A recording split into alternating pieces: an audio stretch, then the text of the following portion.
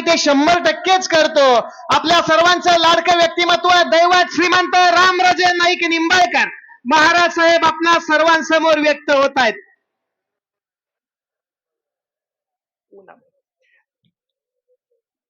एकदा जोरदार टाळ्यांच्या गजरामध्ये स्वागत करूया फलटणचं दैवत सातारा जिल्ह्याचे भाग्य विधाते माननीय श्रीमंत रामराजे नाईक निंबाळकर.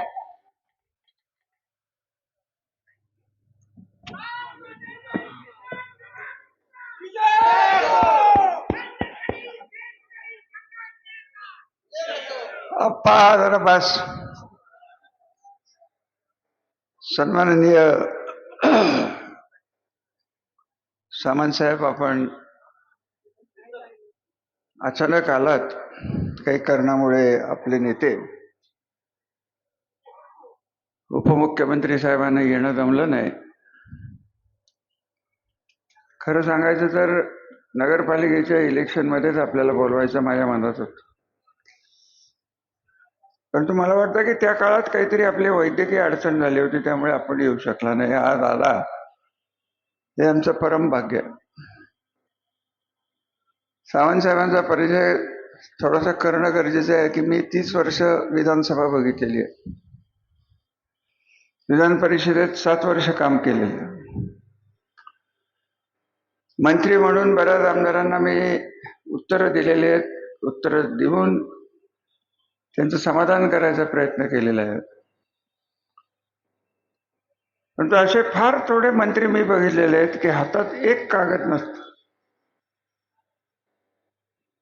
सामंत साहेब जेव्हा एकनाथरावजी मुख्यमंत्री होते तेव्हा नागरी विकास खात्याचे उत्तर हेच द्यायचे. त्यांच्या स्वतःच्या खात्याची इंडस्ट्रीचे उत्तर तेच द्यायचे. सगळंच ते करत होते आणि हातात एक कागद चिपटा नव्हता, एक कागदाचा तुकडा नसायचा. असं सर्व विकासाचे अंग असलेला एक बुद्धिमान असा कोकणचा हिरा आज आपल्याकडे इथं आलेला आहे. त्यांचं आपण मनापासून स्वागत करू. आणि काही इच्छा आहेत साहेब, माझं खरं सांगू का, राज्य पातळीवर मी काय बोलतोय बऱ्याच जणांना माहित नाही. आज सावंत साहेबांना मी जर माझं खरं स्वरूप दाखवलं तर जरा अवघडच होईल, परंतु आज ते काही मला आपल्यासमोर काही बोलायचं नाही, वेळ नाही. संजीवराजे बोलले ही वस्तुस्थिती आहे की आपण कारखानाच काढला होता. गोरगरिबाची मुलं, बागायतदाराची मुलं, त्यांना शिकवायची, त्यांना कामधंदे द्यायचे. तुमच्यातला एक उमेदवार आहे, त्याला पासही मीच केले. तुम्हाला माहित नसतं ते सांगतो. ओळखा कोण? त्याला पासही मीच केले, नावही घ्यायचं नाही मला. तसं हा उद्योग सध्या आम्ही बंद केलेला आहे. आता जर चुका आमच्या संपूर्ण झाल्या, आम्ही जाणीवपूर्वक निर्णय घेतलेला आहे. मला विचाराल तर टेक्निकली मी घड्याळाचा एकटाच माणूस आहे या स्टेजवर म्हणा किंवा तुमच्या सगळ्यांचे. बाकीचे सगळे तुम्ही गेलेला धनुष्यबाण. परंतु मी महायुतीचं काम करत असल्यामुळे मला काही तशी अडचण येईल असं मला वाटत नाही. धनुष्यबाण एकनाथराव तर महायुतीचे फॉर्मेशनचे कारण असलेले देवेंद्र साहेब म्हणतात. सांगायचं तात्पर्य एक आहे की आपल्याला एकदा परत यायला लागेल सामंत साहेब, आणि उद्योगमंत्री म्हणून यायला लागणार. काय झालेलं आहे साहेब, आपण चाणाक्ष आहात. परंतु पुणे अहमदनगर पूर्ण भरलेलं आहे, पुणे मुंबई पूर्ण भरलेलं आहे, पनवेल वाढत चाललेलं आहे, पुणे नाशिक वाढत चाललेलं आहे. आता फक्त पुणे कोल्हापूरच राहिलाय की जिथं महाराष्ट्राचा उद्योग येऊ शकतो. सातारा रोड हे तुमचं टार्गेट धरायला पाहिजे आहे. आणि म्हणून मी आपल्याला विधान परिषदेत विचारलं होतं की उत्तर कोरेगावचे काही कार्यकर्ते इथं आहेत, ते आम्हाला तिकडे इंडस्ट्री द्यायची परवानगी द्या. ठीक आहे, नाही झालं, त्यांना मिळाली, मसवडला मिळाली, आनंद आहे. आम्ही तुम्हाला जमीन द्यायची व्यवस्था करू, उत्तर कोरेगाव देईल किंवा आम्ही देऊ. आपल्याला अजून एक प्रश्न मी विचारलेला होता, शेवटच्या अधिवेशनात की मागे 500 हेक्टर जमीन इयरमार्क झालेली आहे MIDC, त्याचा उल्लेख संजीव राजांनी केला. की कमिन्सच्या 11 उद्योगाला लागून कमिन्स जे आम्ही सगळं म्हणतो, साहेब जवळजवळ 19 युनिट्स तिथे येण्याची शक्यता आहे. आज 11-12 युनिट्स तिथे आलेली आहेत. 6 ते 8 हजार मुलं तिथे काम करतात. जसं कोकणात तुमची कोरियन कंपनी आहे ती पॉस्को का काय ती आहे, तशाच प्रकारची कमिन्सची कंपनी आहे की त्याला आंतरराष्ट्रीय दर्जा आहे. आणि तुम्हाला लोकांना त्याची किंमत वाटत नाही, हे मला दुर्दैव वाटतं. कमिन्स 40 देशात आहे. कमिन्सचं हे जे युनिट आहे हे जगात सगळ्यात मोठं युनिट आपल्याकडे आलेलं आहे. आणि हे जपणं, आपल्या मुलाबाळांच्या नोकऱ्या जपणं, त्यांचं भविष्य जपणं हे आपलं कर्तव्य आहे. त्याला टाळे लावणं हे कर्तव्य आहे. हे एकदा लोकांनी, सामंत साहेब आपलं नशीब आहे की तुमच्याकडे उद्योग आहे. आमच्याकडनं अपेक्षा आहेत, एकनाथरावांच्याकडनं अपेक्षा आहेत. साहेब हे सगळं एक दिशा पकडलेला तालुका आहे, दिशा पकडलेला हा जिल्हा आहे. आपण तर युवक काँग्रेसचे अध्यक्ष होता, त्यामुळे आपल्याला सगळ्यांना मी काही तुम्हाला सांगायची गरज आहे असं मला वाटत. माझा विषय साहेब एकच आहे की एकनाथराव हे आमच्या जिल्ह्यातले आहेत. मी त्यांना नेहमी म्हणायचो जेव्हा जेव्हा भेटायचे की साहेब तुम्ही जिल्ह्यावर का लक्ष देत नाही. सातारा जिल्ह्यात पहिले मुख्यमंत्री कोण झाले तर यशवंतराव चव्हाण झाले, दुसरे कोण झाले तर बाबासाहेब भोसले झाले, तिसरे झाले तर पृथ्वीराज चव्हाण झाले आणि चौथे आपले साहेब झाले. असं काय आहे हे साहेबांनी आपल्याला फक्त अर्बन क्षेत्रात आम्ही वाट बघतो त्यांची. दरे नावाचं बारकं गाव आहे ते, त्यांनी तिथं काय केले ते आम्हाला सगळ्यांना जिल्ह्यात माहिती. अवे ही माणसं मिळणं मुश्किल असतं.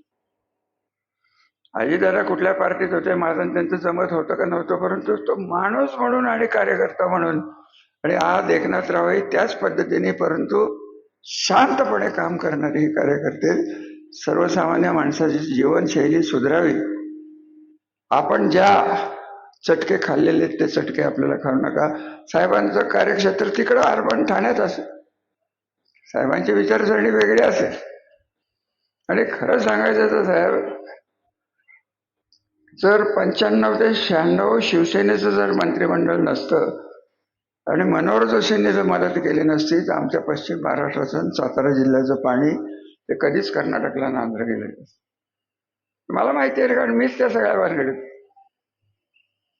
त्यामुळे सत्ता मिळाल्यावर सत्ता कशी राबवावी याचं जिवंत उदाहरण महाराष्ट्र राज्यातले सर्व पक्ष असताना काही नतद्रष्टे दुसऱ्या जिल्ह्यात, दुसऱ्या राज्यात जाऊन, दुसऱ्या पक्षात जाऊन जे काम करतायत.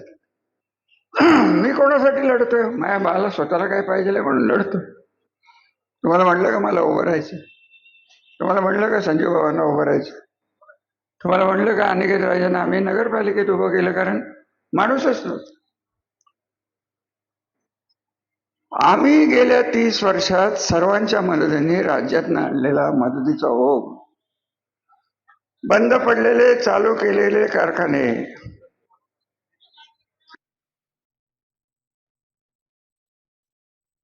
विषय घेतला तर मी सुरुवातीला बघितलं 2च कारखाने होते, आता 4 झाले. कसे काय झाले?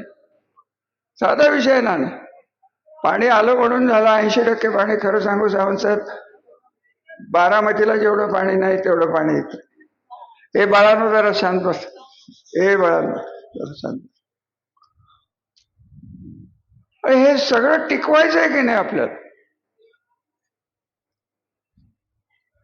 हा कारखाना सावंत साहेब आपण जो बघितला 1932ला सुरू झालेला कारखाना. ऊसाची क्रांती जी झाली त्याचं कारण भाटकर धरण. आम्ही लोक तुमचं पाणी चोरण्यात फार पटायचं कोकणचं.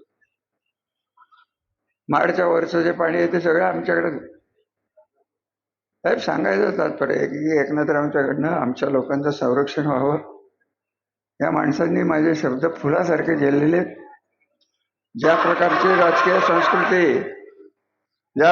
राजकीय संस्कृती तिथं होते ही संस्कृती आम्हाला टिकवून धरायची आहे, विकास करायचा आहे. आपल्या सगळ्यांची साथ मिळावी. सगळी तरुण पिढी आमच्या घरातली तुमच्यापाशी मी दिलेली आहे, ते कशी सांभाळायची हे आता तुमचं काम आहे. मी माझ्या पद्धतीने काम करत राहणारच आहे. पण जास्त मी काय बोलून आपला वेळ घेऊ इच्छित नाही, कारण जरी आज येऊ शकले नाहीत तरी आपल्या सर्वांचे नेते एकनाथराव आपल्याशी VC वर बोलणार आहेत आणि त्याचीच तयारी तिथं आता चालू आहे. तर जास्त न बोलता सावंत साहेब परत एकदा स्वागत. परत एकदा उद्योगमंत्री म्हणून आपण येऊन संबंध जिल्ह्याचा आढावा घ्यावा ही विनंती. धन्यवाद. आणि धनुष्यबाणाच्या 16 सीटा मला पाहिजेत, बाकीचं मी काय ऐकायला तयार नाही. नगरपालिकेत काय झालं तेव्हा ते नंतर बघू आपण. एकच तुम्हाला सांगून जातो, एवढं सगळे उद्योग केले त्यांनी, अनिकेत राजांनाही पराभवाला सामना जायला लागला. त्यांना मिळालेली मतं आणि आपल्या मिळालेल्या मतात 1000 मताचा फक्त फरक आहे. त्यामुळे आपली लोक कुठं गेलेली नाहीत. त्यांनी कशी लोक घेतली हा विषय चर्चेचा आहे. फक्त एकच सावधगिरीची सूचना आहे, ते आमचे जाधव साहेब बोलले की आपण शेवटचे 2 दिवस कमी पडतो चंद्रकांतजी. त्याचं कारण असं आहे की आमच्या लोकांना ही सवय नाही. शेवटचे 2 दिवस तर तुम्ही दपले आणि तुम्हालाही माहिती आहे की कोणाचे चिडबा येतात तिथं. चांगलं तुम्हाला सगळं माहिती. तेवढं एक जपा. पण मी आता साहेबांच्या समोर ते बोलणार नाही, माझ्याकडे एक जालिम औषध आहे त्याच्यावर नंतर बोल. तेवढं जपा. विजय आपला आहे, विजय आपला आहे. जास्त न बोलता एकनाथरावांच्या आशीर्वादाने सर्व जिल्हा व्यवस्थित लागावा आमची ही तीव्र इच्छा आहे. माझी वैयक्तिक इच्छा आहे की सातारा जिल्हा म्हणून आज 4थ्यांदा आम्हाला जो मान मिळालेला आहे, हा मान कायमस्वरूपी त्यांची कारकीर्द, ती मुख्यमंत्री असेल नाही तर उपमुख्यमंत्री असेल, सुवर्णाक्षराने महाराष्ट्राच्या इतिहासात नोंदली जावी एवढीच माझी विनंती आहे परमेश्वराकडं. धन्यवाद. जय महाराष्ट्र. धन्यवाद महाराज साहेब. आणि यानंतर आपल्या राज्याचे उपमुख्यमंत्री माननीय एकनाथजी शिंदे साहेब सभेला आपल्याला लाईव्ह या ठिकाणी संबोधित करतात. आपण त्यांचं एकदा जोरदार टाळ्यांच्या गजरात स्वागत करूया.